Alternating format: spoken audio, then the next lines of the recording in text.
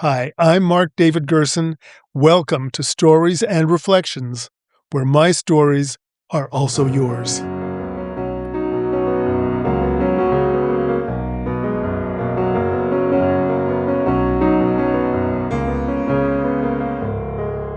There's a scene in my novel Sarah's Year that could have been lifted directly from my own life. Actually, there's more than one. I did a lot of borrowing for that story. I borrowed characters, I borrowed situations, I borrowed places.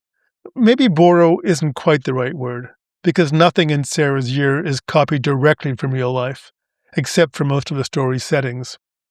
Those are nearly always real places, drawn as closely as possible from their real-life counterparts. In Montreal, Halifax, rural Nova Scotia, Edinburgh, London, and my favorite, Tuscany. And the book's striking black and white covers reflect that. Montreal's Westmount Conservatory for Sarah's Year, the city's Ritz-Carlton Hotel for After Sarah's Year, and London's Fitzroy Square for the Emmeline Papers. But I was talking about Sarah's Year and one of its several semi-autobiographical scenes. The not even semi-autobiographical character in Sarah's Year is Bernie, a young man who, in this flashback, is about to have an experience almost identical to one of mine with his best friend Ray. My somewhat parallel experience involved one of my closest friends at the time.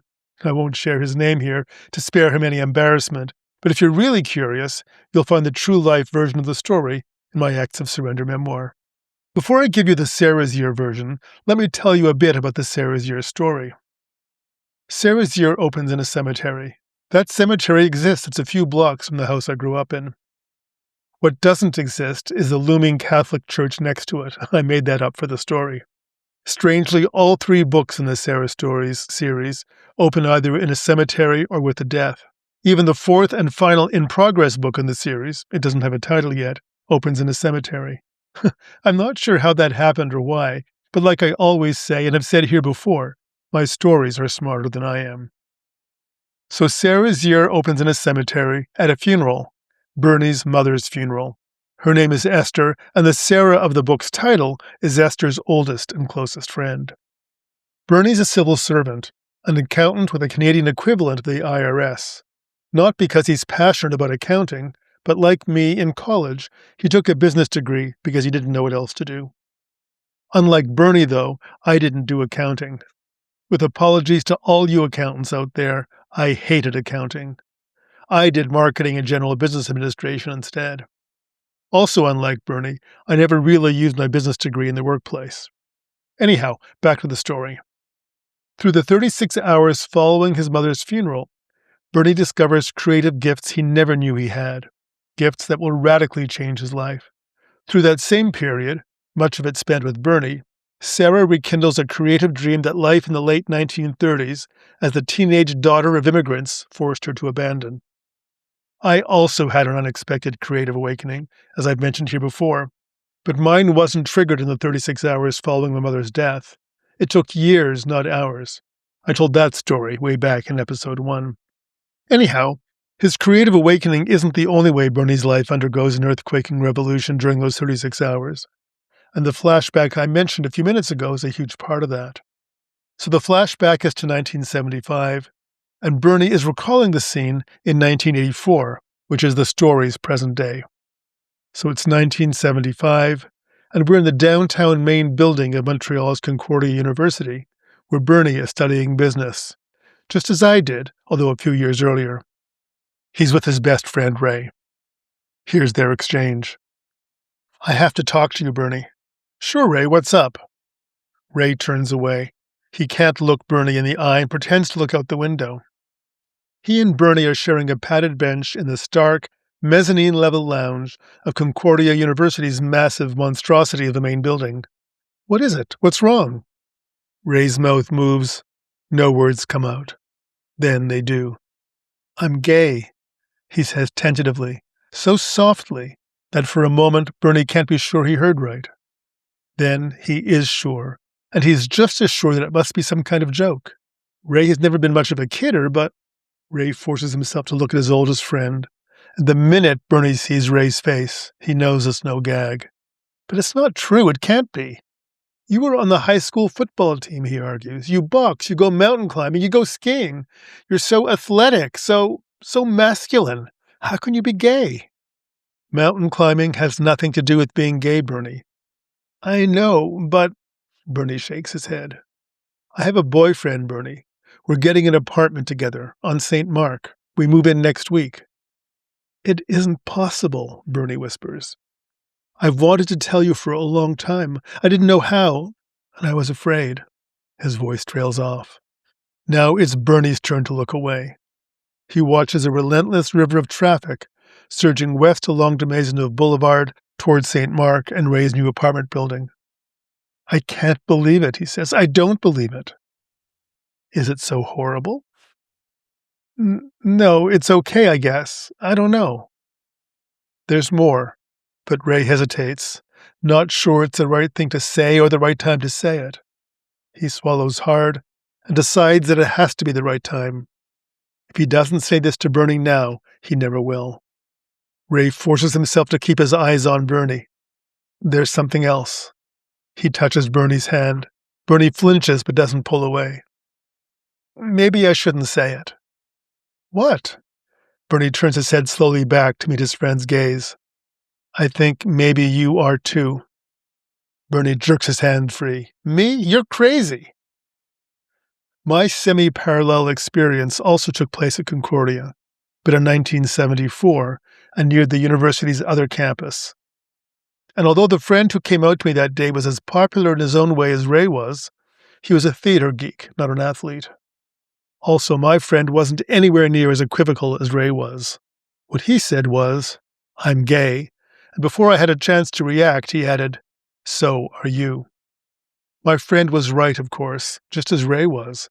Perhaps not surprisingly, I was in as much denial as Bernie was. And to prove my friend wrong, I immediately found a girl to date. Bernie, however, wasn't quite as resourceful on that front. He went on with his life as it was until his mother's death. As it turned out, his acceptance of his sexual orientation took longer than mine. 9 years to my 2, at least as calculated from our respective encounters with our insistent friends. Here's what happened next for me. By August 1975, even though I couldn't acknowledge it, I had already experienced more boy crushes than opposite-sex dating. The first might have been a prepubescent crush on a camp counselor. And although I had plenty of gay acquaintances, mostly through my college theater activities, I never consciously linked them to my unexpressed and inexpressible feelings.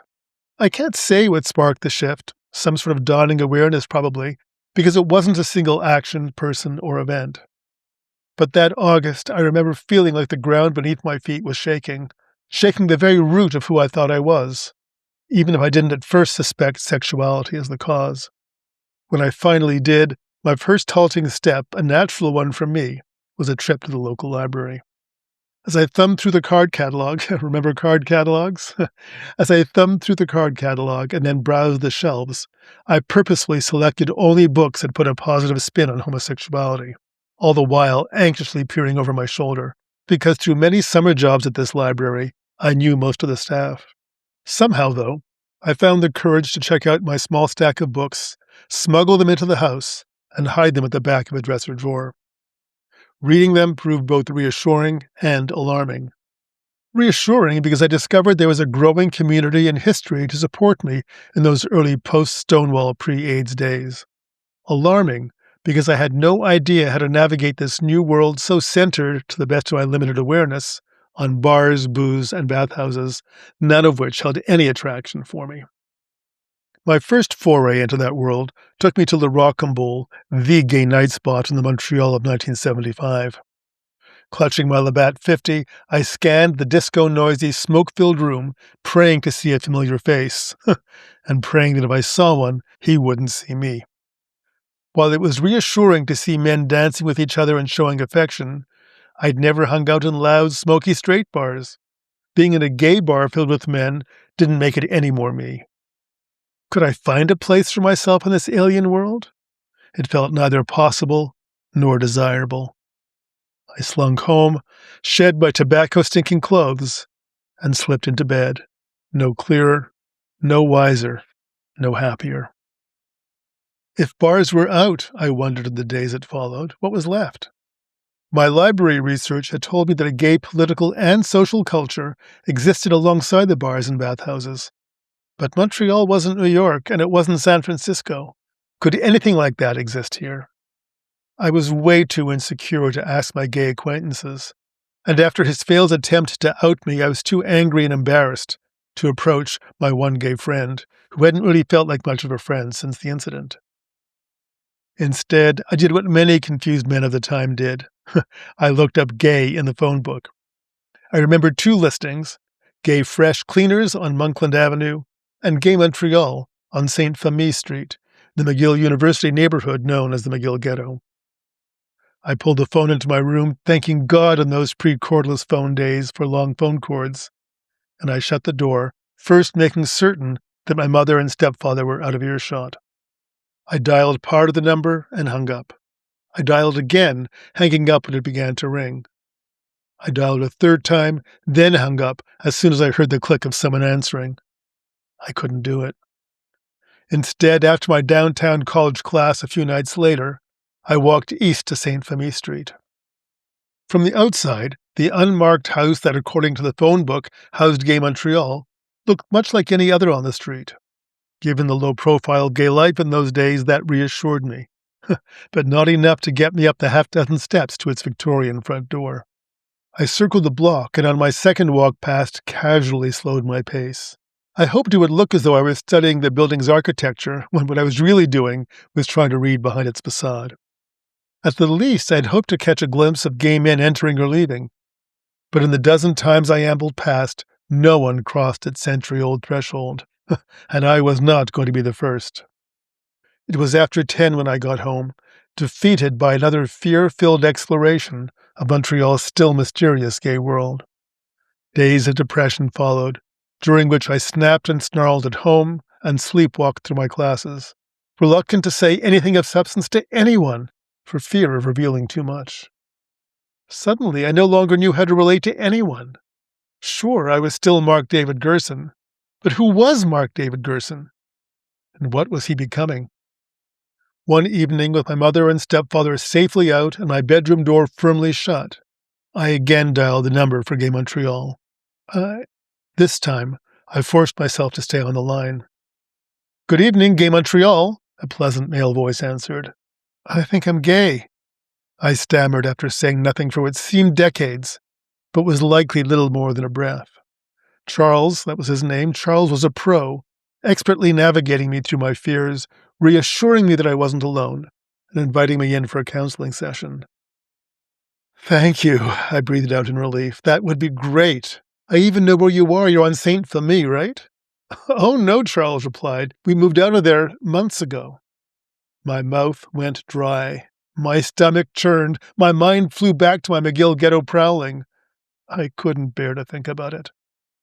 Next afternoon, freshly showered and looking my 20-year-old best, I climbed past a different set of Victorian limestones, somewhat more confident than I had been during my previous outing. This time, at least, someone was waiting for me. And who knew? Maybe he would be cute and think I was. Maybe we would bond right away. Maybe it would be a lasting bond. By the time I walked in, I had us living in the 1975 equivalent of gay connubial bliss. Charles was dark, heavy-set, and in his late 30s, unkempt in blue jeans and a rumpled white sweatshirt. Not at all a match for my fantasies. Compassionate and to the point, he looked me up and down and asked, "Are you Jewish?" Having been born into a generation of Jews with a contemporary knowledge of the Holocaust, family memories of Eastern European pogroms, and first-hand experience of anti-Semitism, I couldn't help but react to Charles's question with a genetic spark of paranoia. Trying to wipe my upbringing from my mind, I nodded. "Then you've got to meet Roy Salonen," he exclaimed. I raised my eyebrows. "Roy Salonen, he runs a gay Jewish group. It's called Nachas." Charles scribbled a phone number on a scrap of paper and shoved it across a desk at me. "Call him," he insisted.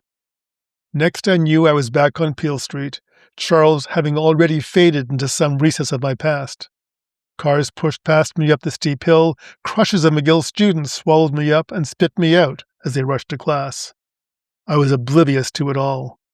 A gay Jewish group? A gay Jewish group? Called Nachas?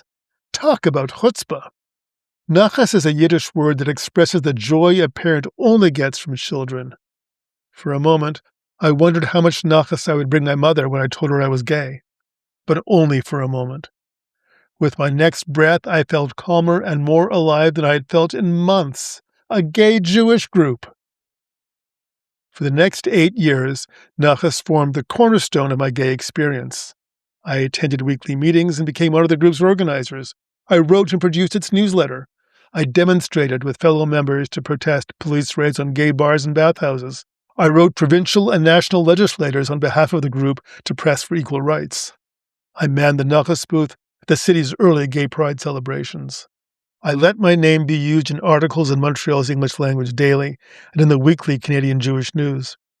Then sifted through the resulting answering machine messages, all ugly or obscene. But you know what? The hateful comments didn't matter. For the first time in a long time, I felt like I belonged and was comfortable with who I was. No one was going to take that away from me. By the way, it's no coincidence that Bernie's friend in Sarah's year is named Ray David Blackman to be precise. I named him as a tribute to Roy Salonen, David Brody, and Harvey Blackman, the 3 Nachas members who were so integral to my coming-out journey. As for Bernie, you can follow his journey and Sarah's through the 3 Sarah Stories books I've completed. In the 4th too, one of these days, where Bernie is waiting for me to complete his story. I mentioned earlier my concerns about coming out to my mother, and I've talked about her in several Stories and Reflections episodes.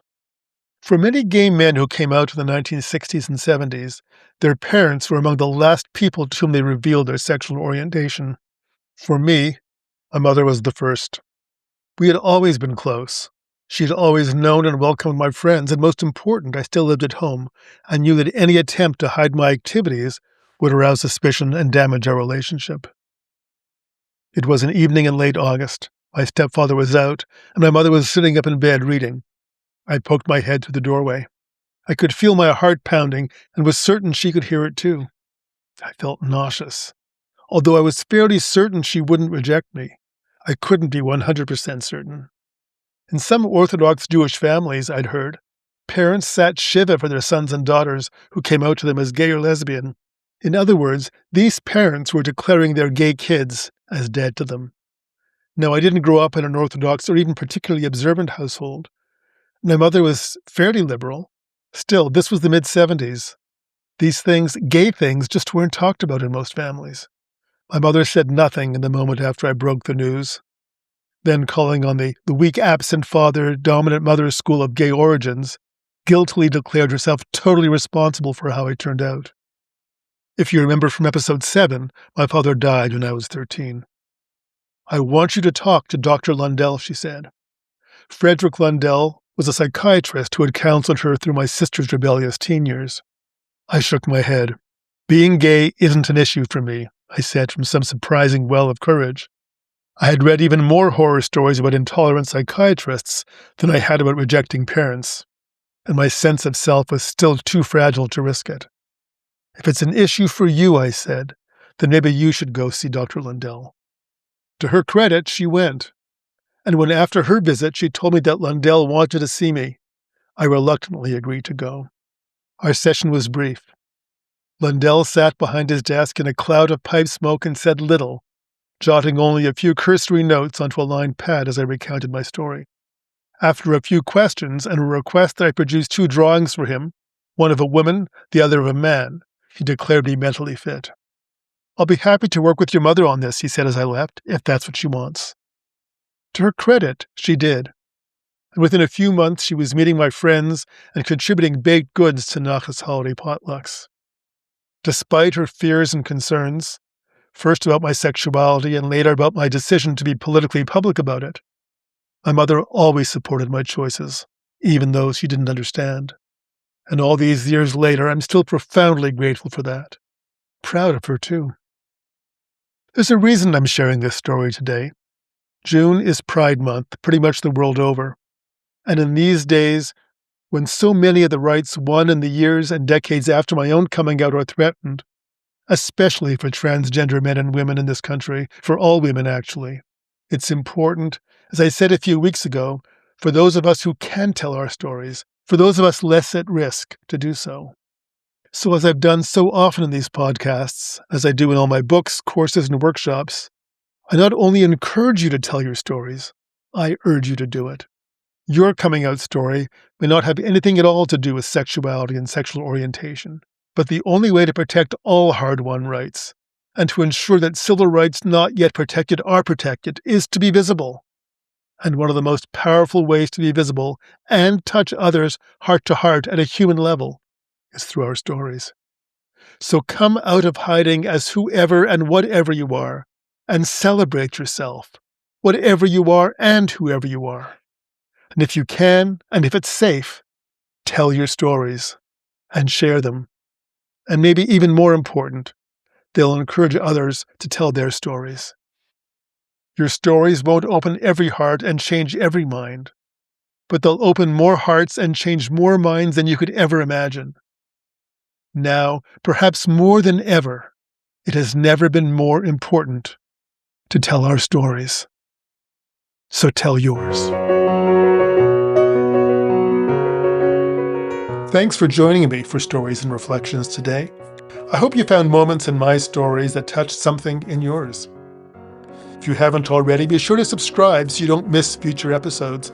And for more of my stories and help telling yours, check out my books at markdavidgerson.com or from online booksellers worldwide.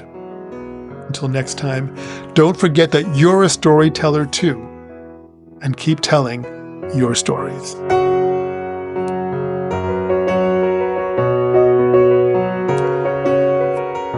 The intro and outro music for today's episode is Heartwarming by Kevin MacLeod from Incompetech.com, licensed under Creative Commons.